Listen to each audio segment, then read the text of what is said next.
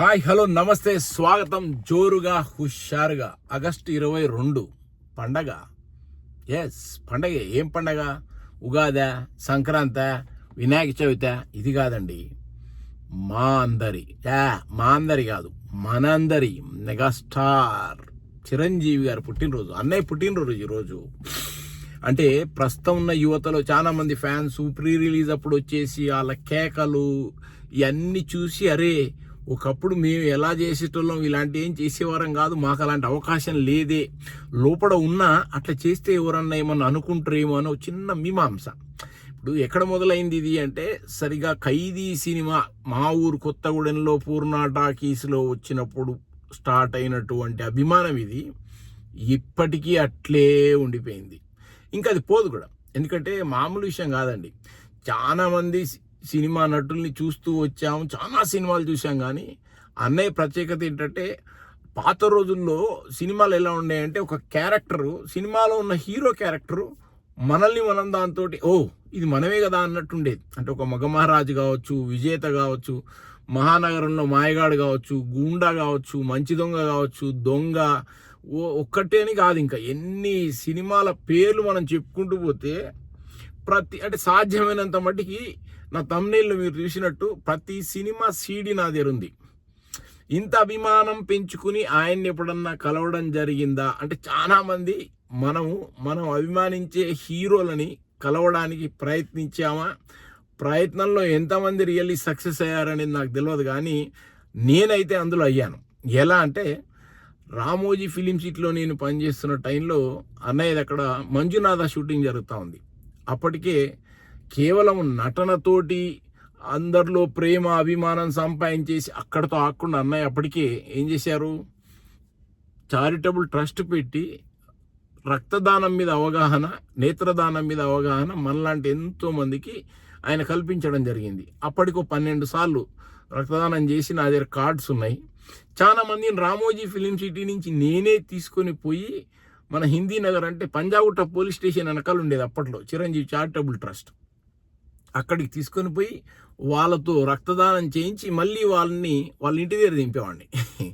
అది అంటే ఇది నేను గొప్ప చెప్పుకుంటానే కాదు, ఇది 10 మందికి పనికొచ్చే పని.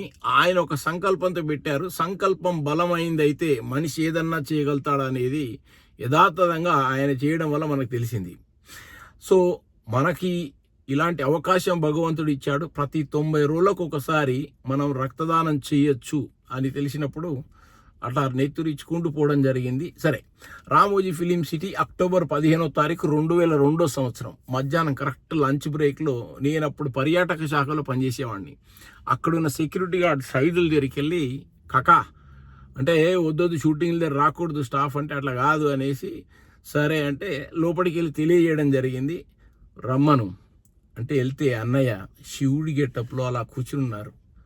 నా దగ్గర కార్డ్స్ చూసి, అయ్యో మీరు ఇంతగానో సేవ చేస్తూ మీరు ఎవరికి తెలియకపోవడం ఏంటండి అంటే, అదేం లేదండి, నాకు అక్కడ ఆల్రెడీ కొంతమంది పరిచయమే సార్ అంటే, ఇది ఇలా కాదనేసి నాకు అప్పుడు రాజా రవీంద్ర గారిని పరిచయం చేశారు. రాజా రవీంద్ర, రమేష్ రెడ్డి అని మనకు బాగా చారిటబుల్ ట్రస్ట్లో యాక్టివ్ నెంబర్ తీసుకొని రాజా రవీంద్ర గారి నెంబర్ కూడా నాకు ఇవ్వడం జరిగింది. దాని తర్వాత ఇప్పుడు నేను కలవలేదు, మాట్లాడలేదు. కానీ ఆప్యాయం కూర్చుని ఏంటి అంటే, నేను టీ తాగుతారా, కాఫీ తాగుతారు, ఇప్పుడే భోంచేసానండి లేదని కూర్చోబెట్టి 45 నిమిషాలు ఆయనతోటి క్యారవాన్లో కూర్చుని నా జన్మ ధన్యం అయిపోయింది ఇంకా అనుకున్నాను.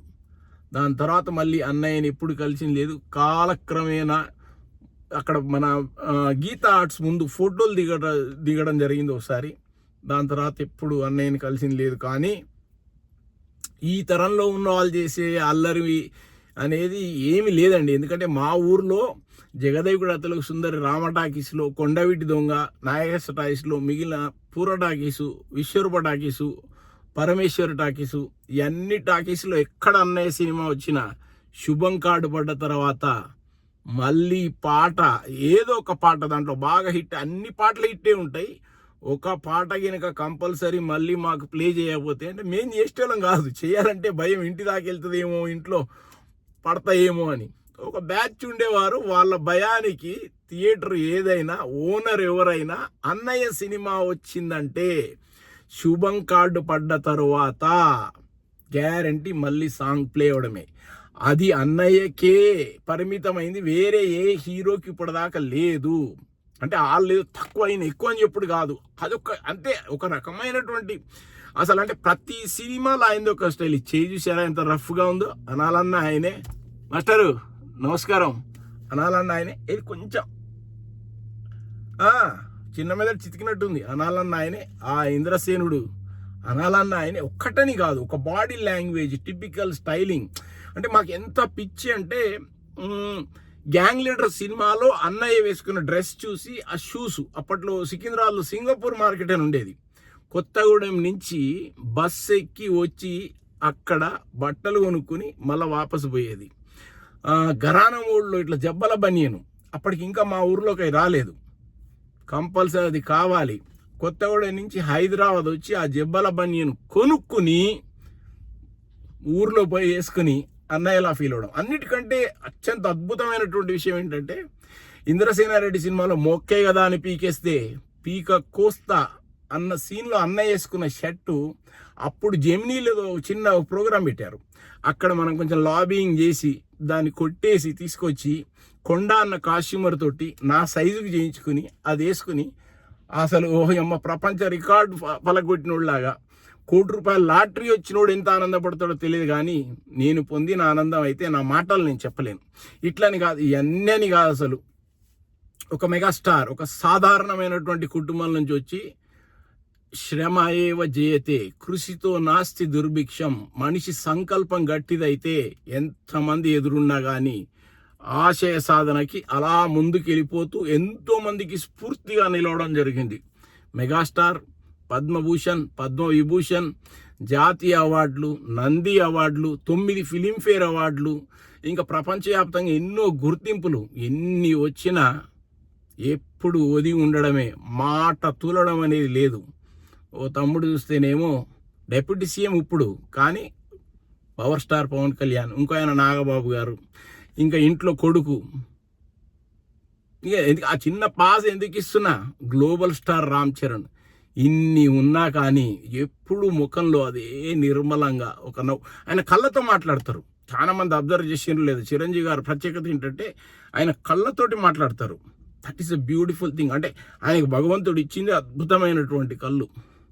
అయ్యా అన్నయ్య, మీకు హార్దిక జన్మదిన శుభాకాంక్షలు. మీరు ఎప్పుడు ఇలానే మమ్మల్ని అలరిస్తూ ఆనందింపజేస్తూ చక్కగా నవ్విస్తూ మీ నటనతోటి ఇంకా ఇంకా ఇంకా అలా ఎన్నో సినిమాలు చేస్తూ ఉండాలని గుండె లోతుల్లోంచి కోరుకునే అతి సాధారణమైన సామాన్యమైన రమేష్.